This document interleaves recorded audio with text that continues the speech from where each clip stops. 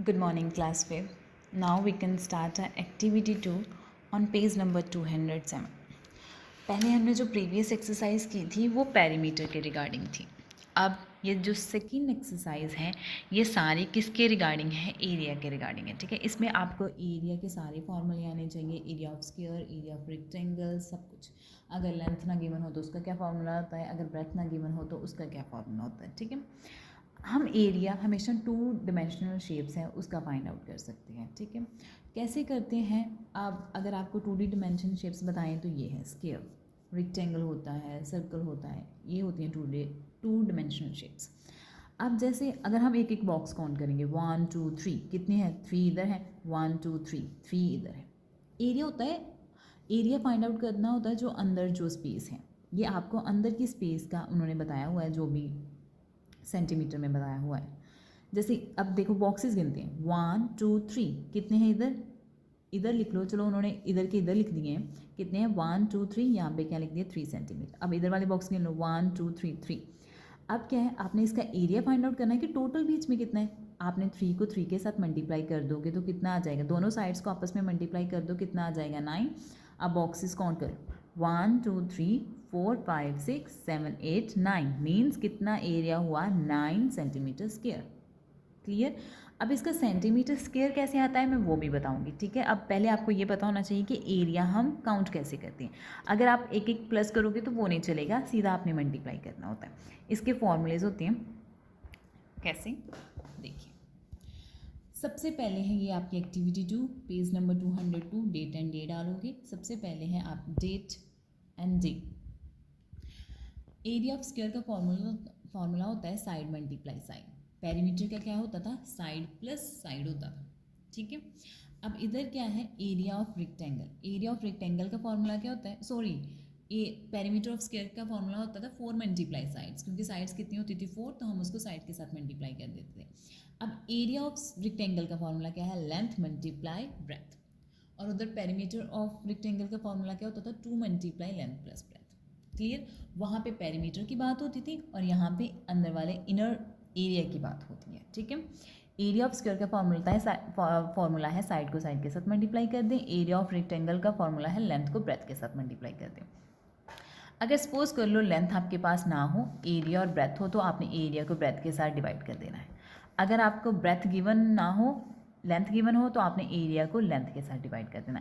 अब इस एक्सरसाइज में आपको ये जो 4 फॉर्मूलेज हैं वो आने चाहिए. अगर आपको ये 4 फॉर्मूलेज आ गए तो आपको ये वाली एक्सरसाइज भी बहुत ईजी लगेगी.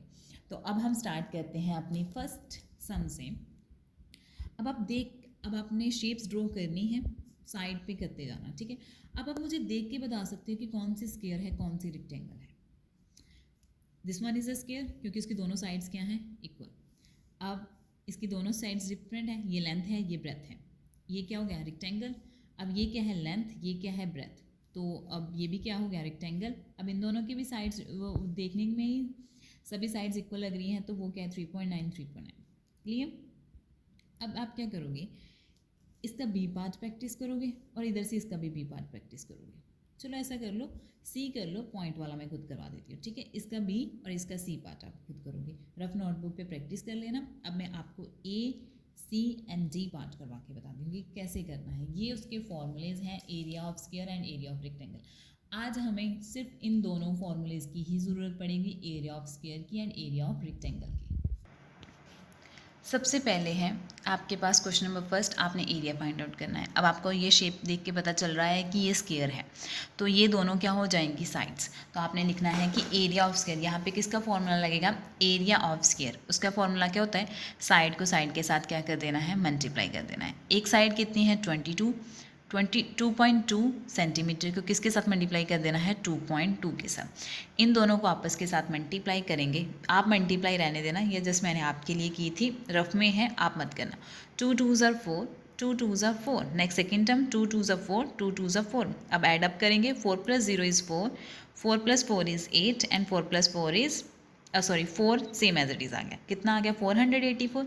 यहाँ पे आपने लिख लिया 484. कितने पॉइंट्स है? एक इसका और एक इसका. कितने हो गए? 2. मीन्स पीछे से आपने 2 डिजिट छोड़ के क्या लगा दिया? पॉइंट लगा दिया. अब एक बात, अब यहाँ पे सेंटीमीटर स्क्वायर कैसे आए? एक ये सेंटीमीटर हो गया और एक ये सेंटीमीटर हो गया, तो सेंटीमीटर क्या हो जाएगा, उसकी पावर क्या हो जाएगी, स्क्वायर। क्लियर। जब प्लस करते हो तब स्क्वायर नहीं होता, लेकिन जब मल्टीप्लाई करते हैं तब उसकी पावर स्क्वायर जरूर होती है, क्योंकि यहाँ पे दो टर्म्स को मल्टीप्लाई कर रहे हैं तो इसके लिए उसकी टर्म क्या हो जाएगी, स्क्वायर। एक बार फिर बता रही हूँ, जब मल्टीप्लाई करते हैं, पहले इन दोनों को मल्टीप्लाई किया तो 484 आ गया, एक डिजिट इसका छोड़ के एक डिजिट मैंने कि 1 + 1 कितने हो गए 2, तो पीछे से 2 डिजिट छोड़ के क्या लगा दिया, पॉइंट। अब एक इसका सेंटीमीटर है, एक इसका सेंटीमीटर, कितने सेंटीमीटर हो गए 2, तो सेंटीमीटर की पावर क्या आ गई, स्क्वायर। अगर आप ये नहीं लिखते तो आपका हमेशा हाफ मार्क्स डिडक्ट होता है, unit it's very important. Okay, अब नेक्स्ट है आपका, ये तो था आपका ए पार्ट, फर्स्ट पार्ट है ए पार्ट। नेक्स्ट अब हम करेंगे C part. Okay, next C part क्या है आपका, लेंथ जो होती है वो बड़ी होती है, बड़ी है तो इट मीन टू से इनमें से कौन सी टर्म आपको बड़ी दिख रही है, लेंथ, ये वाली साइड ना, तो ये क्या हो गया आपकी लेंथ, 5.8 सेंटीमीटर क्या है लेंथ, और ब्रेथ क्या है इसकी 3.5, जिसकी लेंथ एंड ब्रेथ गिवन हो, आपको देखने में भी लग रहा है कि ये क्या है, एरिया। तो एरिया सॉरी क्या है ये, रेक्टेंगल, तो यहाँ पे आपने किसका फॉर्मूला लगाना है, area of rectangle, length multiply breath, length कितनी है 5.8, ब्रेथ कितनी है 3.5, इन दोनों को आपस में मल्टीप्लाई करेंगे, पॉइंट्स अभी रहने देना। 58 को हमने 35 के साथ मल्टीप्लाई किया तो आपके पास आंसर आया है 2030। कितना आया है 2030। एक इसका पॉइंट एंड इसका पॉइंट कितने हो गए 2, पीछे से 2 डिजिट छोड़ के आपने क्या लगा देना है, पॉइंट, और एक इसका सेंटीमीटर एंड एक इसका सेंटीमीटर, तो कितने सेंटीमीटर हो गए, पावर स्क्वायर। अब ये जो 2 है वो छोटा सा डालना है, ये नहीं डालना कि कई बच्चे ऐसे कहते हैं 2.30 सेंटीमीटर और साथ में 2 भी इतना डाल देते हैं, ये गलत होता है, ऐसा डालना है। क्लियर। तो अब हम करेंगे डी पार्ट। ओके, अब नेक्स्ट डी पार्ट है आपके पास, आपको साइड्स गिवन है 3.9 मीन्स ये स्क्वायर हो गया, तो यहाँ पे आपने एरिया ऑफ स्क्वायर का फॉर्मूला लगाना है, साइड मल्टीप्लाई साइड, मीन्स 3.9 को 3.9 के साथ मल्टीप्लाई कर देना है। जब आपने 39 को 39 के साथ मल्टीप्लाई किया तो आपके पास आंसर आएगा 1521। आपने यहाँ पे लिख लेना है, एक इसका पॉइंट एंड इसका पॉइंट कितने हो गए 2, पीछे से 2 डिजिट छोड़ के पॉइंट लगा देना है, एक इसका सेंटीमीटर और एक इसका सेंटीमीटर, तो सेंटीमीटर की पावर क्या हो जाएगी, स्क्वायर। क्लियर। तो ये था आपका फर्स्ट पार्ट, इजी है, बस अब मैंने आपको मल्टीप्लाई हर बार नहीं समझाने कि इसको इसके साथ मल्टीप्लाई किया तो इतना आया, क्योंकि अब मल्टीप्लाई में आपकी बहुत प्रैक्टिस हो गई।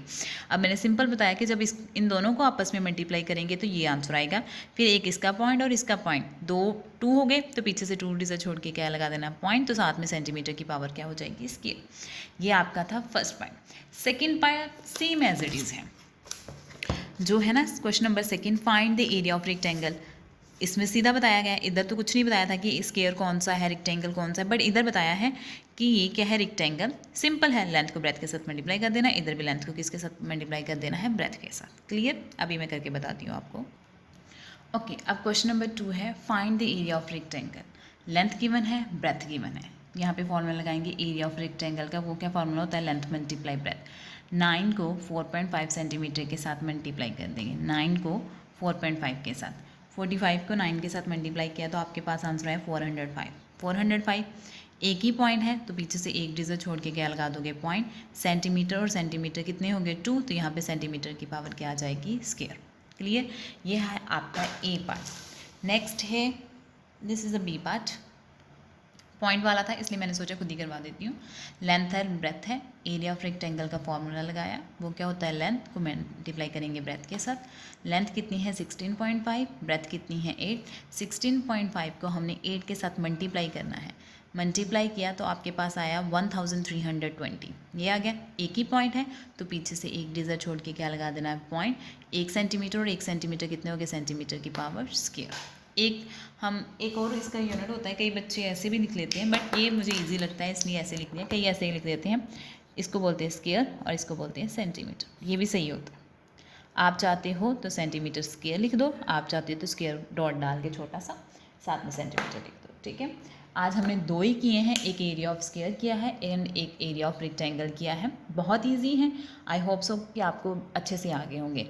बस फॉर्मूले याद रखना कि एरिया ऑफ स्क्वायर क्या होता है, पेरीमीटर ऑफ स्क्वायर क्या होता है, पेरीमीटर ऑफ रेक्टेंगल क्या होता है, perimeter of rectangle and area of rectangle क्या होता है, बस ये याद रखना। आज के लिए इतना ही बहुत है। Thank you so much. कल हम नेक्स्ट जो है कंटिन्यू रखेंगे। Thank you so much.